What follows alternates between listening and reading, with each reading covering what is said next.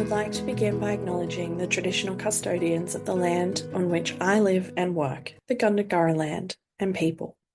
I pay my respects to their elders, past, present, and emerging, and extend that respect to all Aboriginal and Torres Strait Islander people. I also want to acknowledge the traditional custodians of the lands on which you, our listeners, are joining us from today. I recognise the deep connection that First Nations people have to this land, their enduring culture, and their commitment to the preservation and care for their country. This land was never ceded, and it always was and always will be Aboriginal land. Welcome to Beyond the Surface. This is a space for conversations that sit at the edges of faith, identity, power, and recovery, especially for those of us who have been shaped, stretched, or harmed by fundamental religion or high control systems. Some episodes are personal, some are reflective, some are educational or curious, or quietly disruptive. All of them are grounded in lived experience and a deep respect for the complexity of leaving, questioning, and rebuilding meaning. We will be talking about religious trauma, various forms of abuse, cult dynamics, queerness, and recovery, not in neat answers, but in honest conversations. In listening to these conversations, some parts might be heavy or activating for you. Please take care of yourself while listening and feel free to pause or step away if you need to. I'm Sam, and I'm really glad that you're here with us.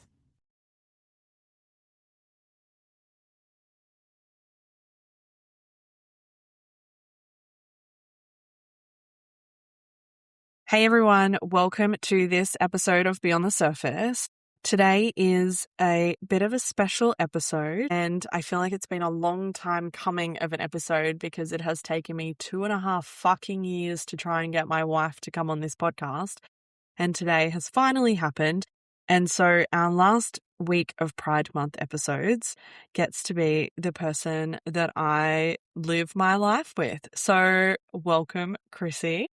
Hello, everyone. Everybody who has been on the podcast knows Chrissy because she does all of the editing. So she gets the fun job of that she will have to re-listen to this episode and edit it herself, which is going to be so fun for her, I imagine, because I hate listening to my own voice. So that's going to be fun for you. Yeah, I'm not a fan of listening to my voice either. So not fun. So I feel like it's a little bit redundant for me to ask you where in the world you are because everybody kind of knows where in the world I am. So everybody knows. We are doing this episode on Gundungurra land, southern New South Wales. And so I'm just going to dive into the first question that I would usually ask, which you've gotten a bit of advance notice because you edit every single episode. Where does your story start? We have a mixed story, mixed flavors of religions. And so a bit of Catholic, a bit of AOG, which was an interesting experience when I was a kid. And then majority was Pentecostal. It's interesting that you highlight that you said that Catholicism is a part of that because you were really young with that experience though, right? Yeah. Like, do you even remember much of that?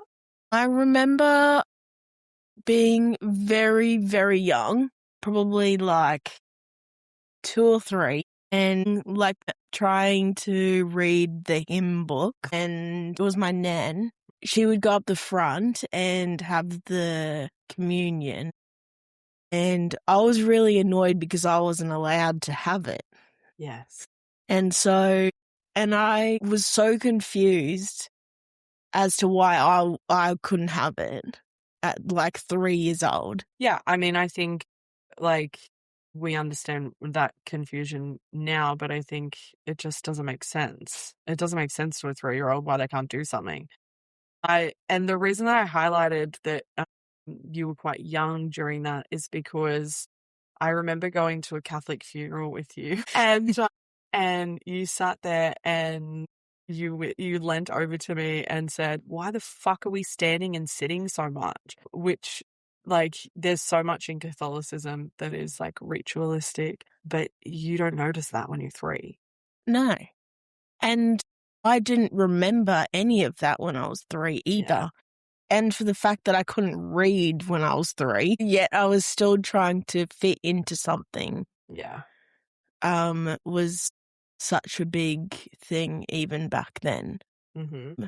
Yeah, and I was like, why are we kneeling and then standing up, and then we just got up from kneeling, but yet we're getting back down again, and I'm like, this is just so confusing to me. Yeah. And I mean, at that age, like, it's just movements. There's no meaning attached to any of that at that point. It just is, we're doing the things. Yeah. Yeah.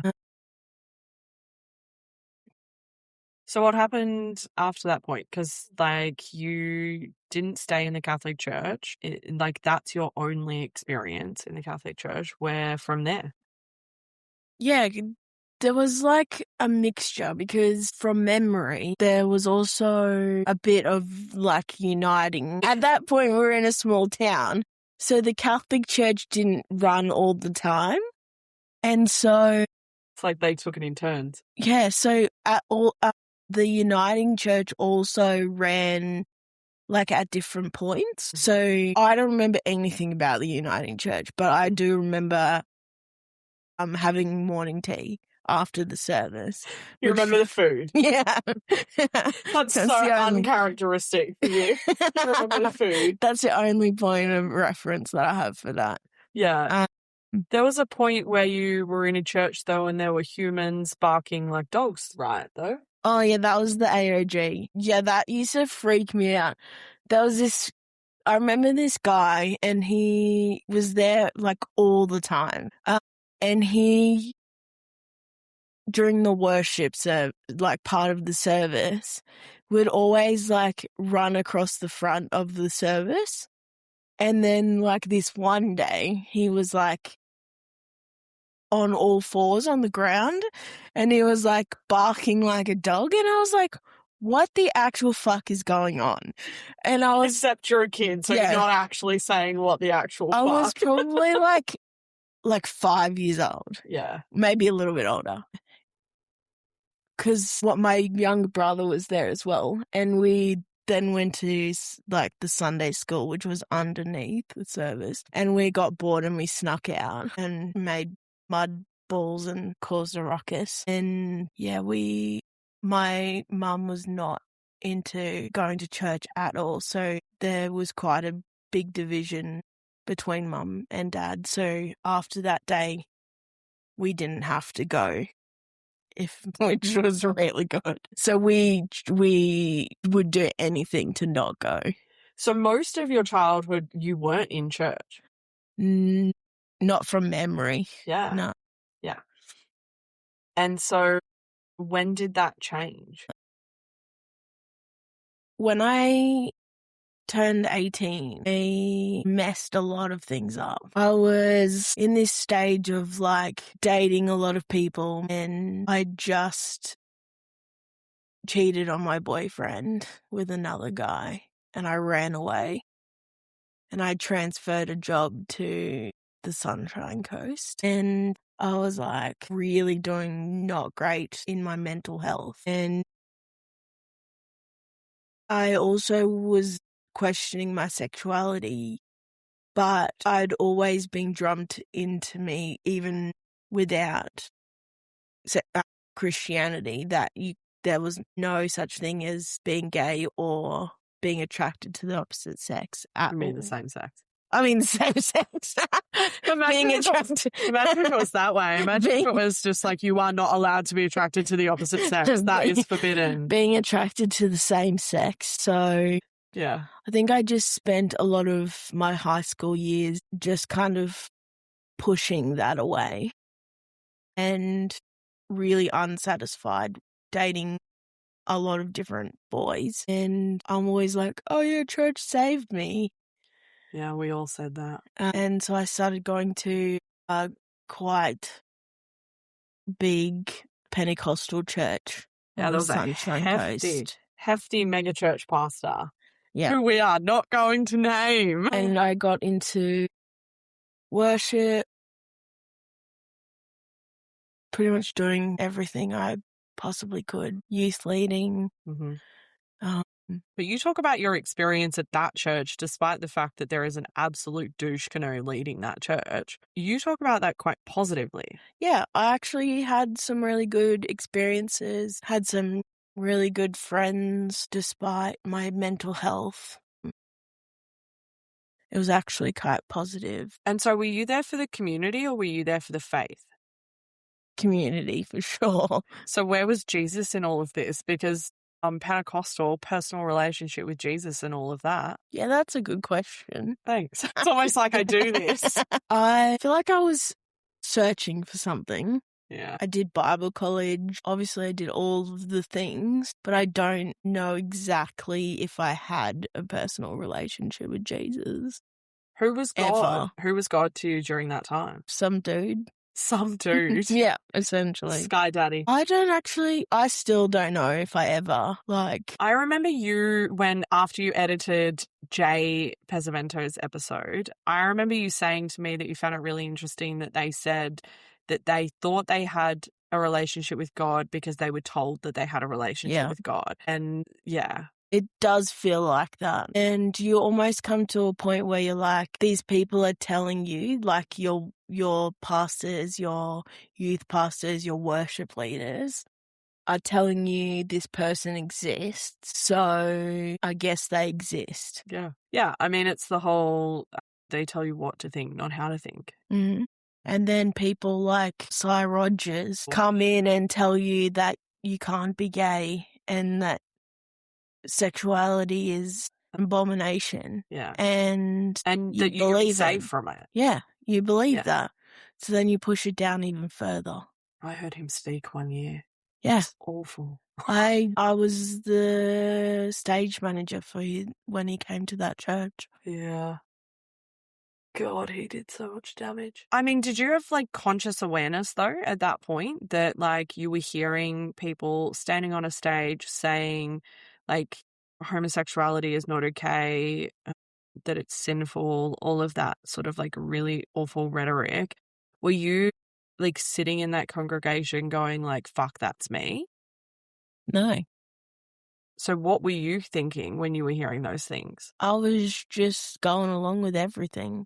I was just almost they're just telling me that those things are true, so that's what I believe. So you had no awareness that... Had you looked in the mirror at this point? Had you, no awareness at all at that point? I look back on photos and I'm like, oh my gosh, I was so queer. Yeah. But no, I was very in the closet. Yeah. It's always, yeah. I was very in the depths of the closet.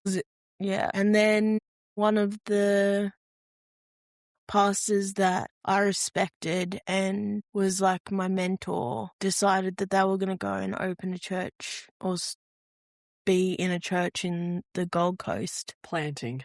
Yeah. Plant a church. Oh, yeah. Plant a church. And I said, well, I'm going to go as well. On the Gold Coast. Yep.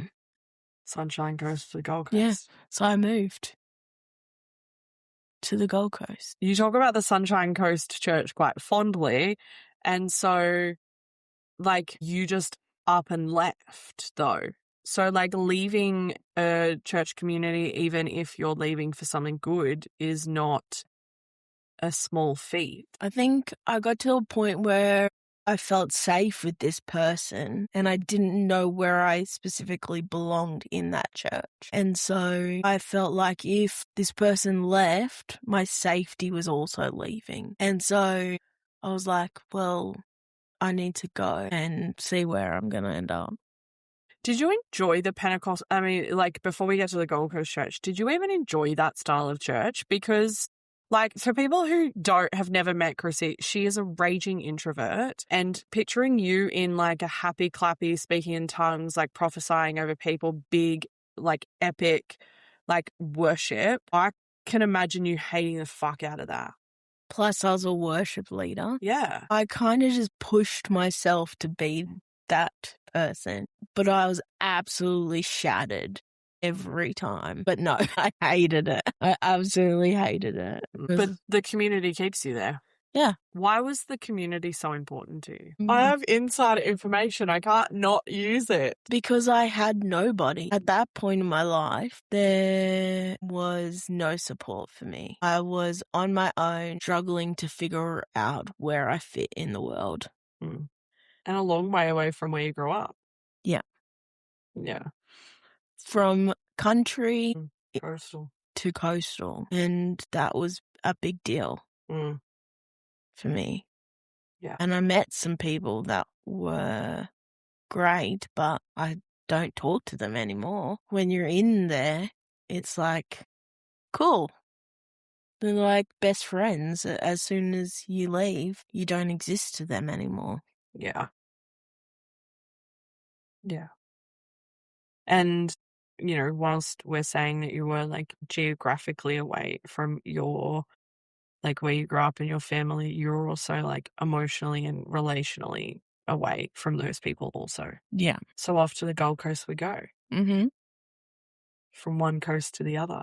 Yeah. And then did the tiniest stint in an independent church. I don't think I know that. This is the church that that pastor chick pastored.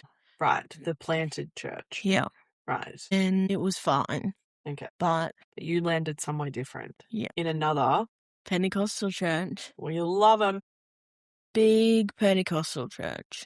Yeah. Middle of the Gold Coast. And I spent 6 years of my life there. Maybe 6 years, yeah. What was that 6 years like? I was very different from anyone else there. Do you know that you're queer at this point yet? I'm starting to figure it out. Right, okay. I don't look like anyone else. Yeah.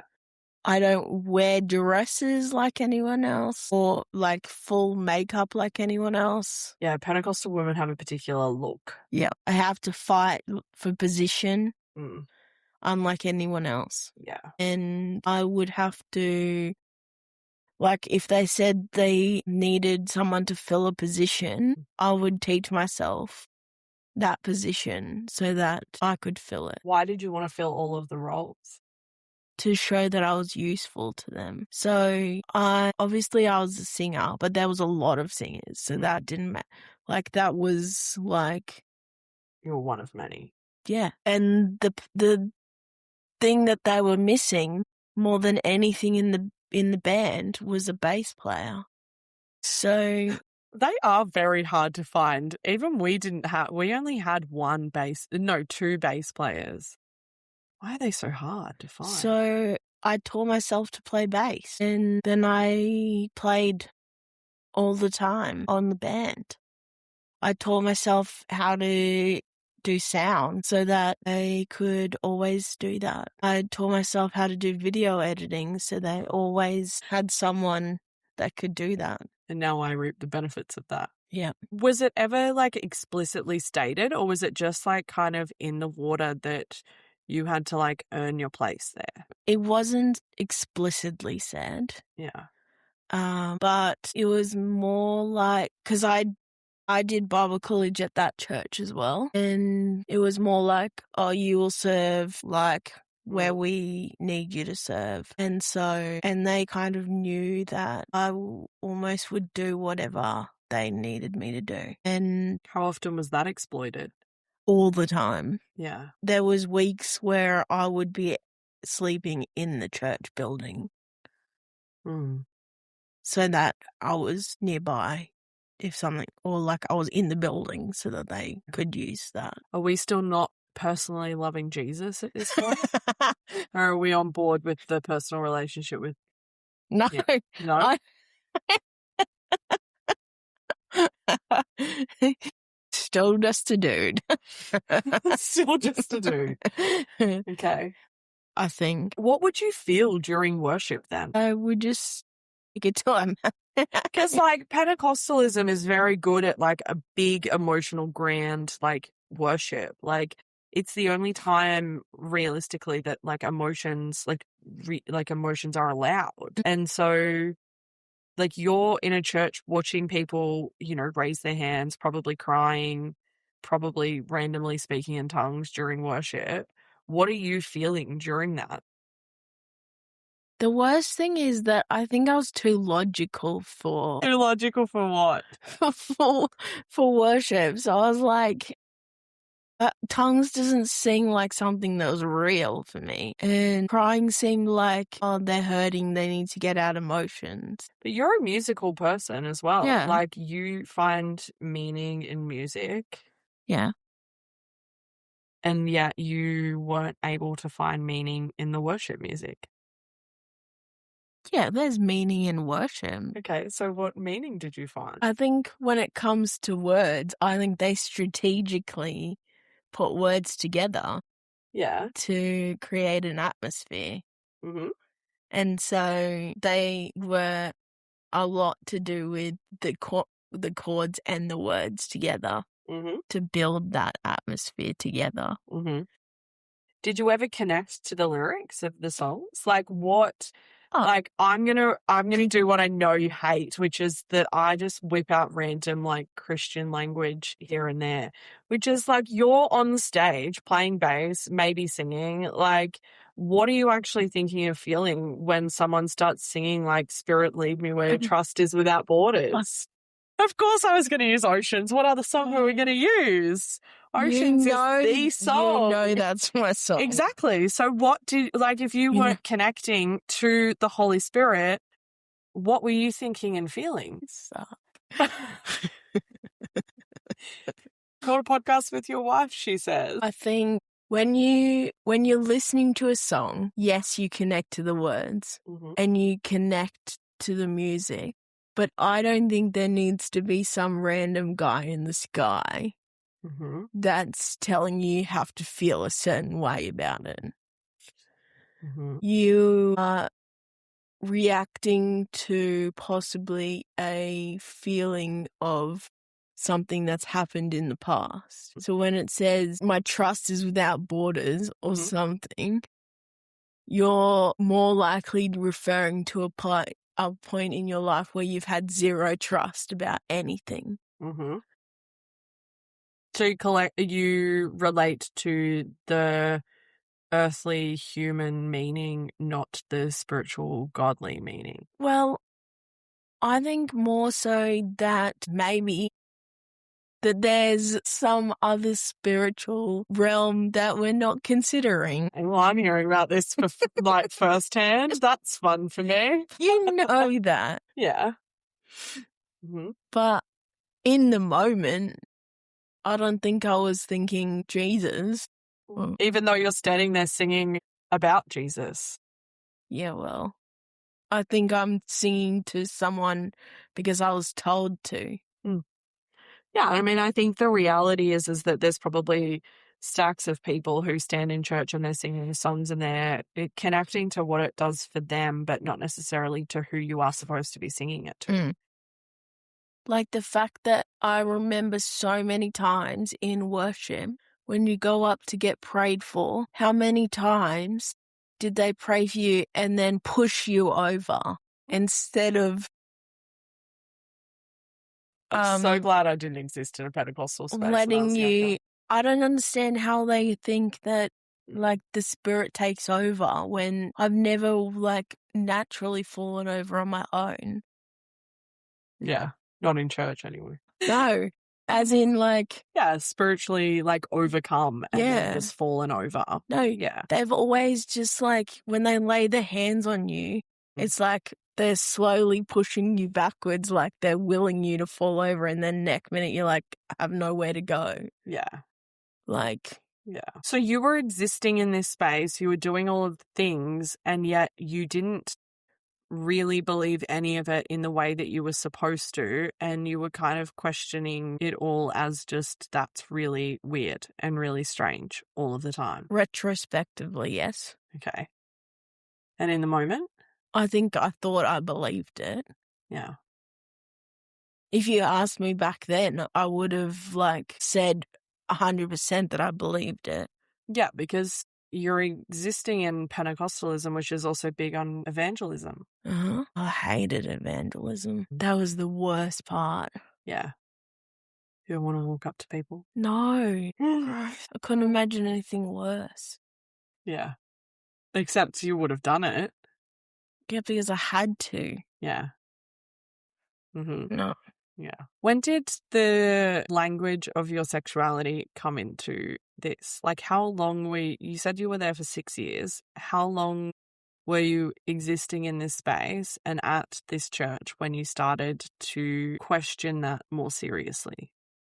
I think I'd say probably 4 years in. Sweet. Yeah. I think it was like, I don't even know specifically why. I just remember like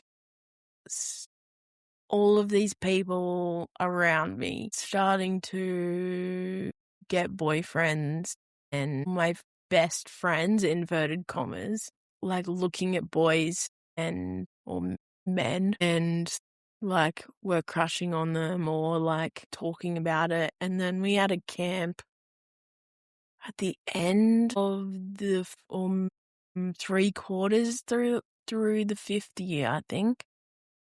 And they were doing all like the purity culture shit, like talking about saving yourself for marriage and all of that sort of stuff. And I just remember thinking, I don't want to be anywhere near these men at this point in time. And at that point, I was like thinking there was something really wrong with me. Like thinking back to high school and dating multiple guys at once, because one guy was fine but didn't really, I wasn't satisfied with Yeah. Yeah. And then I think it was like midway through and the 6th year, and I asked to talk to my youth pastor that I thought I had a really good connection with. And we had heaps of meetings and like talked all the time about a lot of different things. And to her, and just kind of said that I was concerned that I didn't have the same feelings that other people had towards guys, and that I was questioning my sexuality in terms of like, it seemed like I had crushes on women and stuff like that. And she seemed to take it really well. Like she was like, what is taking it really well? Like she was like, well, that's okay. Like just like keep that to yourself kind of thing. Like I was like, that's a weird thing to say, but okay. So as in she took it well, which was that she wasn't overtly cruel. In the moment I didn't like think anything of it, and just kind of was like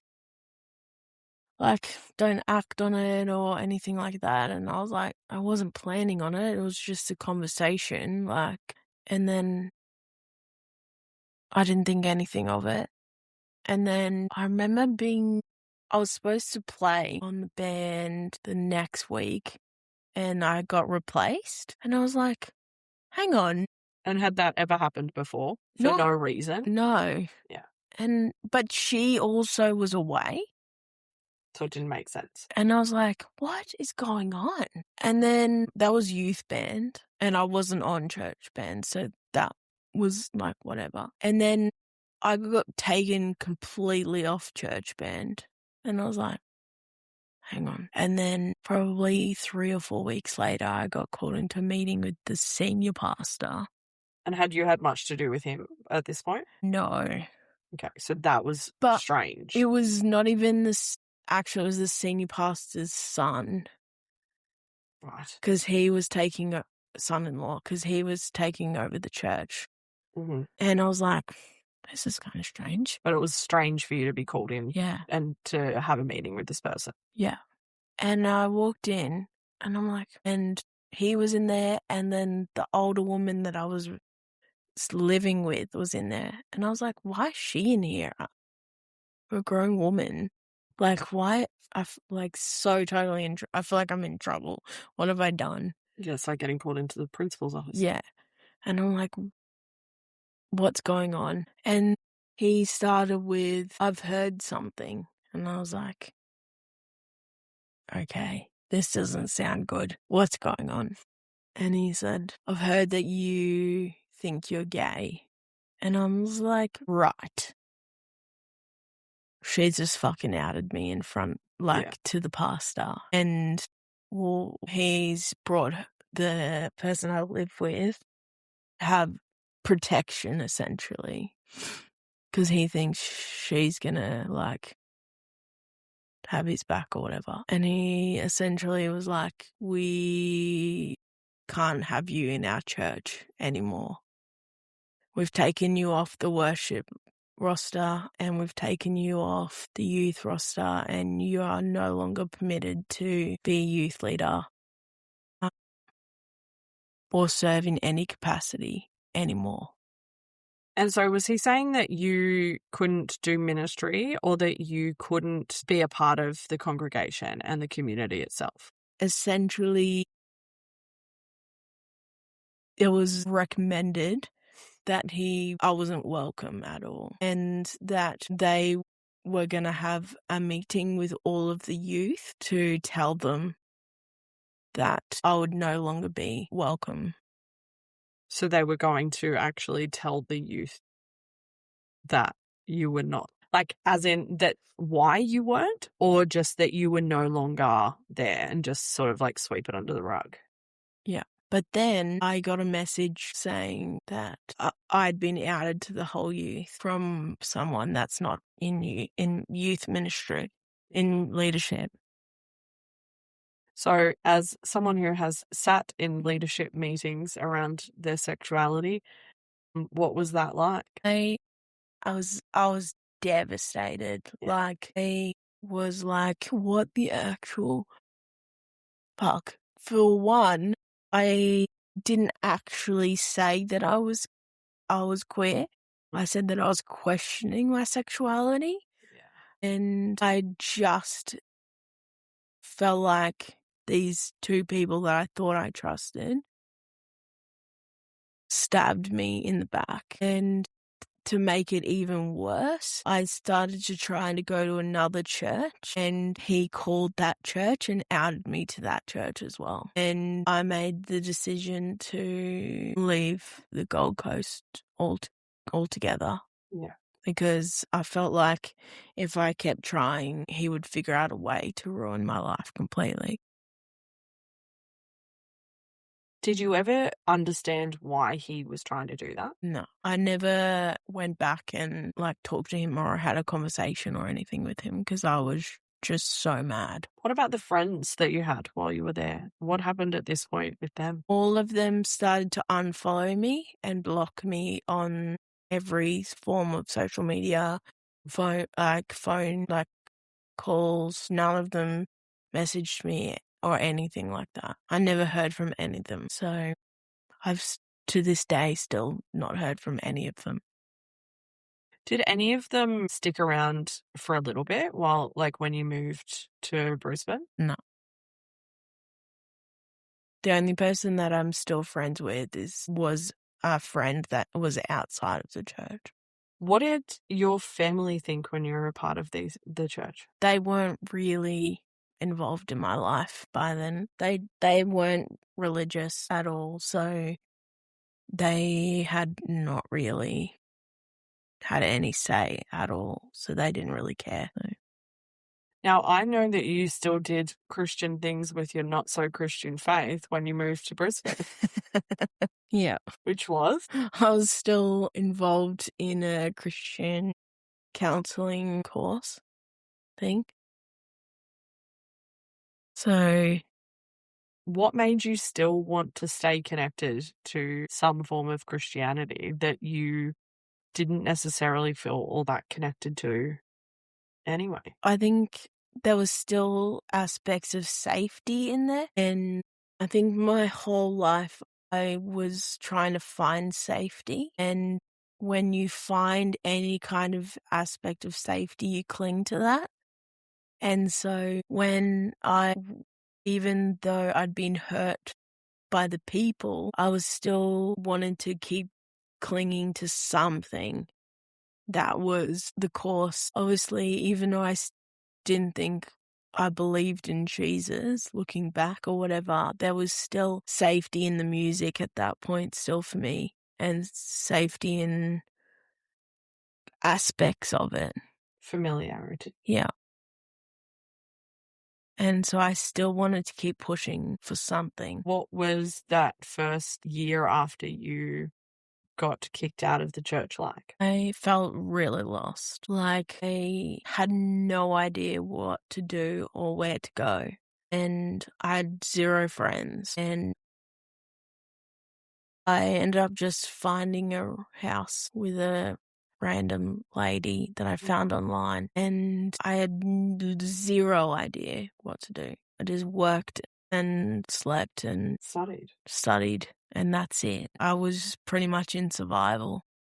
And what was your relationship with your sexuality like at this point, now that you weren't tethered to a space that told you couldn't? I hated myself at this point because I blamed that for losing everything. Yeah. I lost all the people that I thought cared about me. At what point did that shift in terms of being like giving yourself permission to look at that without it being a bad thing? Probably when I met you. Something kick-ass happened a couple of years later. I think when I met you, I started to let myself accept myself. Mm-hmm. Yeah. I didn't have to hide anymore. You weren't. It was very obvious. I remember seeing you at the residential unit that we were doing, and I mean that sort of same Pentecostal vibe was there, even in the course. I think, even though it wasn't a Pentecostal course, it was there was a huge variety of different people and different sort of like Christian faith denominations in there, and yet all of the women still had a very similar aesthetic. And I remember you did not have that similar aesthetic. Like everybody else, even the younger, there was not a lot of like younger people our age, but even those people were still in like light colors and like flowy tops, even if they were wearing pants or florals or pastels or like lots of color. And I remember looking over, and here's you in like Vans and black jeans that are like slightly ripped and a red tartan like flannel. Like you weren't giving like super duper straight vibes. I still wore what I wanted to wear. Yeah. I didn't give a shit. Mm-hmm. But I wasn't out. Yeah. Fully. Like you were out enough, right? Like not necessarily in an affirmation stage, but people kind of knew because there were other women before me. So you were like out enough. Yeah. I was out enough, but not enough. Mm-hmm. Yeah. And then you met me. Yeah.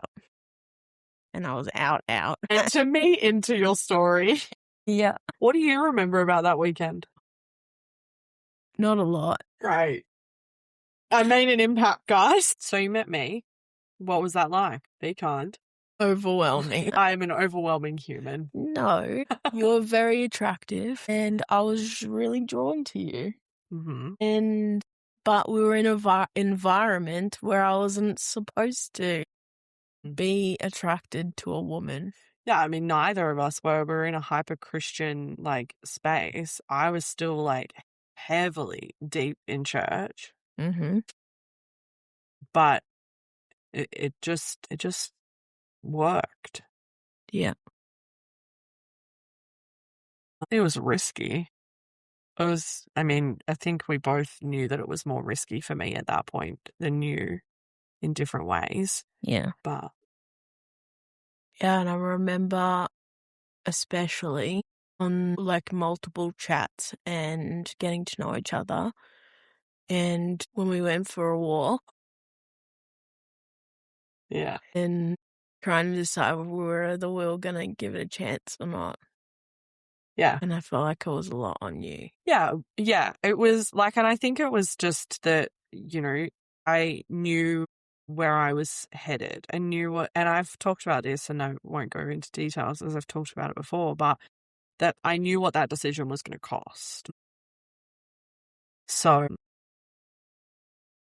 yeah, we were in very different places. I think we're in very different places for a good 3.5 years of our relationship, potentially even longer. Yeah. But to skip a 6-month chunk, is talking about doing long distance for 6 months is probably not very interesting for people to listen to. But then I did the very typical U-Haul. U-Haul move, and I moved to Brisbane after 6 months, and we were thrust into a living dynamic and relationship that I don't think either of us were prepared for, coming from backgrounds of only information around hetero Christian relationships. I mean, we were only in Brisbane for 6 months before we moved again. What were those 6 months like for you? They were full on, to say the least. Yeah. There definitely were points where I thought we were going to break up. Countless. Especially, I can think of one specific time when we were watching. Oh, gosh. When we were watching a movie. When we were watching God's Not Dead. I was still a very black and white, obnoxious Christian, guys. It was so fresh for me, I think, at this point.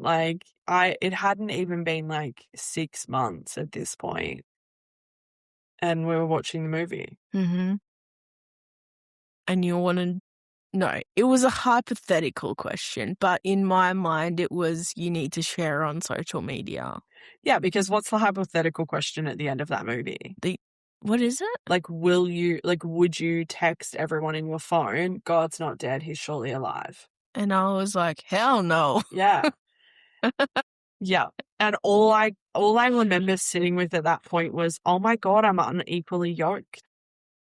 Which is super gross language, but that was the only language that I had at the time. And so we were at very different stages of where we were at during that. Yep. And, we had different relationships with faith and Christianity and church and all of that sort of thing. Yeah. And so you're now in a relationship with someone who was at this point I still defined myself at that point as a Christian, and a devout one at that. Mm-hmm. What was that like for you? Looking back, could have done a lot better of what I did and how because I definitely was not. So we definitely were in different places. And I put myself through a lot of weird church services. So did I. We church hopped for Oh, gosh. And yeah, I think I was, again, in survival. And I don't know how we survived those 6 months, especially. I want to say something really Christian to that. But ew, don't. Please don't. You can cut it out, but all I really want to say is that we only survived by the grace of God. Ew. Gross. Please don't. Because that's absolutely what I would have said back then. Please don't. Yeah. We church hopped for so long. But I don't think either of us really knew at the time that we were in different places. No. I don't think that was we were aware of that. No. And it's hard to realize when you're in it at the time. You're kind of just trying to make it work for each other. Mm.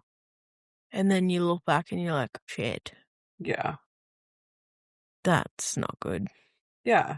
And I think it shifted over time. I think the more churches that we went to, the more we realized that was going to be really, really hard for us to find somewhere. I also, I can look back and I can go, I don't think you wanted to find somewhere. Yeah. Would you agree? Yes. Whereas, like, I was very much in a space where, like, I wanted to find somewhere because I thought that it was the only way that I could be a Christian still was to be planted in a church. But I also wanted to prove everybody wrong, which I've really failed at this point. And I think you were on board with that part of it. I think in terms of like proving people wrong that we could have the relationship that they said that we couldn't have. Yeah. I just didn't want to be real awkward walking into churches, feeling uncomfortable and pretending to make phone calls and then walk out. Yeah, okay, we're in a flag church, guys.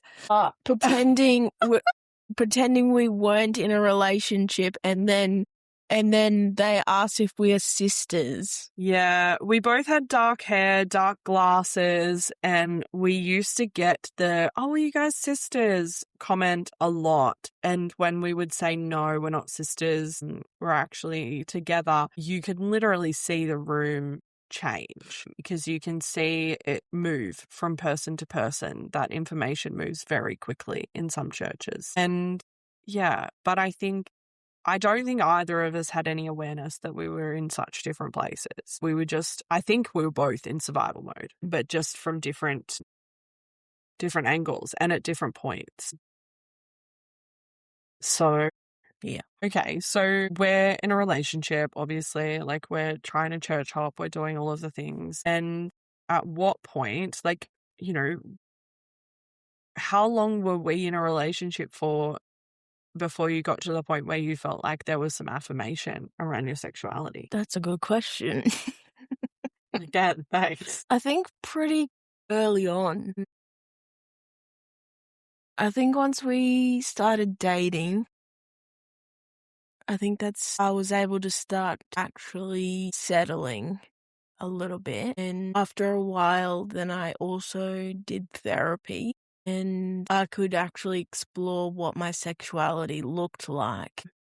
Because for a long time, on and off through my childhood, even though I'd like pushed it away and said I wasn't queer or anything like that, I thought that I was a lesbian. And for me, that never felt right. And so once I started to actually pay attention and actually look at the different terms of what was out there. Like different orientations. Yeah, different orientations and terms and all of that sort of stuff. Then I could actually figure out what my sexuality looked like and what term actually felt right for me. Yeah. So now I kind of sit in the queer, pansexual kind of the loosey-goosey kind of space. Yeah. That's okay. And I mean, I think like sexuality is fluid and it changes and it's allowed to change. And I think the idea that sexuality is binary is kind of defeats the point. And I mean, there is a lot like within, I think, our story that we could probably go into that I think we won't today, because there's like a lot of different aspects that, you know, I've hinted at in other episodes and all of that sort of thing. But like, you know, you are now like a decade or so out of that church that you got kicked out of, or more, over a decade. Sheesh. And so, like, how do you feel about spirituality and religion and all of that sort of thing now? There are still things that I haven't quite got to grips with in terms of I haven't been able to pick up my bass. It's still up in the cupboard and it's still a thing that is a bit triggering, but that's something I'm working on with my therapist. In terms of spirituality, I like to think that there's something out there. I do like crystals and tarot cards and that sort of thing. I don't think that there's this giant dude looking over us gonna smite us at any moment. But yeah, in terms of everything else, I think it's something we figure out as we go. And I kind of like that. the mystery. Yeah. I was about to say I finish all of these episodes. As you know, I finish all of these episodes with encouragement for people, which is like, what would you say to someone who has maybe just been kicked out of their church? Therapy. I think the only way that I was able to figure out myself and who my true identity is having someone that I could talk to and being able to talk out for real without judgment. And it's okay to start with thinking you're one sexual identity and then change it or adapt it, or You can change the language around. Yeah. You don't have to, and you don't have to come out to people if you don't want to. It's your prerogative. Thanks for finally joining me. It's okay. Thanks for listening to Beyond the Surface. If this episode resonated, challenged you, or named something you've struggled to put words to, I'm really glad you found your way here. You'll find ways to connect, learn more, and explore further in the show notes. As always, you are good, you have always been good, and your story matters always.